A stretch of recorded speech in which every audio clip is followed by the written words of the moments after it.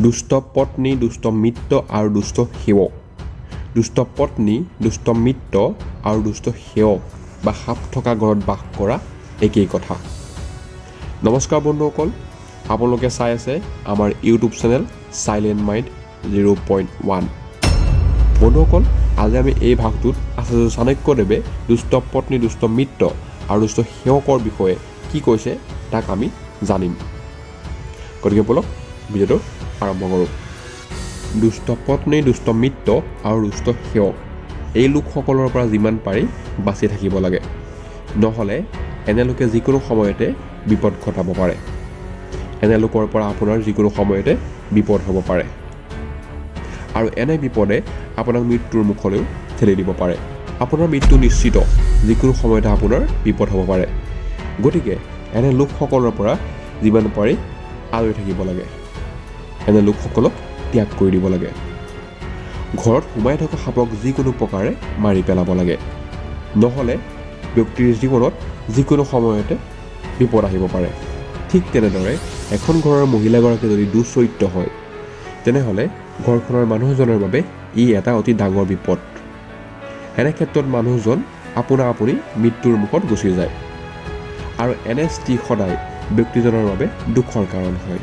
ঠিক তেনেদৰে কোনো দুষ্ট ব্যক্তি বা অপৰাধী লোক যদি আপোনাৰ ওচৰলৈ আহে বা আপোনাৰ লগত ভাল সম্বন্ধ বনাব বিচাৰে, তেনেহ'লে এইটো আপোনাৰ বাবে এটা অতি ডাঙৰ সংকটৰ আগজাননী। এনে ব্যক্তিৰ পৰা আপুনি সদায় আঁতৰি থাকিব লাগে। এনে ব্যক্তিয়ে আপোনাৰ যিকোনো সময়তে বিপদ ঘটাব পাৰে।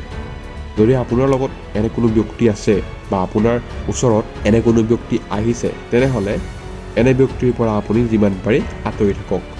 কাৰণ যদি আপুনি এনে ব্যক্তিৰ লগত থাকে, তেনেহ'লে মৃত্যুৰ ঘণ্টাই কোন সময়ত আপোনাৰ দুৱাৰ টুকুৰিয়াবহি আপুনি গমকেই নাপাব। যদি আপুনি আপোনাৰ ঘৰত এজন সেৱক ৰাখিছে বা আপুনি ৰাখিম বুলি ভাবিছে, তেনেহ'লে ভালদৰে ভাবি চিন্তি ৰাখিব।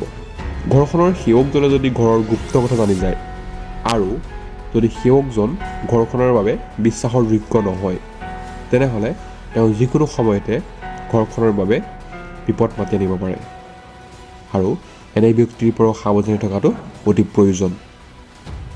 গতিকে দুষ্ট পত্নী, দুষ্ট মিত্ৰ আৰু মুখে মুখে উত্তৰ দিয়া সেৱক এই লোকসকলক ত্যাগ কৰি দিব লাগে। কাৰণ যিকোনো সময়তে এনে ব্যক্তিয়ে আপোনাৰ জীৱনলৈ বিপদ মাতি আনিব পাৰে। গতিকে পত্নী সদায় সৎ আৰু প্ৰতিব্ৰতা, মিত্ৰ সদায় জ্ঞানী আৰু বিশ্বাসযোগ্য, সেৱক প্ৰভুভক্ত হ'ব লাগে।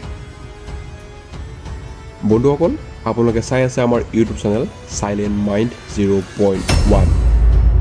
গতিকে বন্ধুসকল, যদি ভিডিঅ'টো চাই ভাল পালে তেনেহ'লে ভিডিঅ'টো এটা লাইক কৰি দিব আৰু আমাৰ চেনেলটো যদি আপুনি প্ৰথমবাৰৰ বাবে আহিছে, তেনেহ'লে চেনেলটো ছাবস্ক্ৰাইব কৰি কাষত থকা বেল বাটন টিপি অল কৰি ৰাখিব।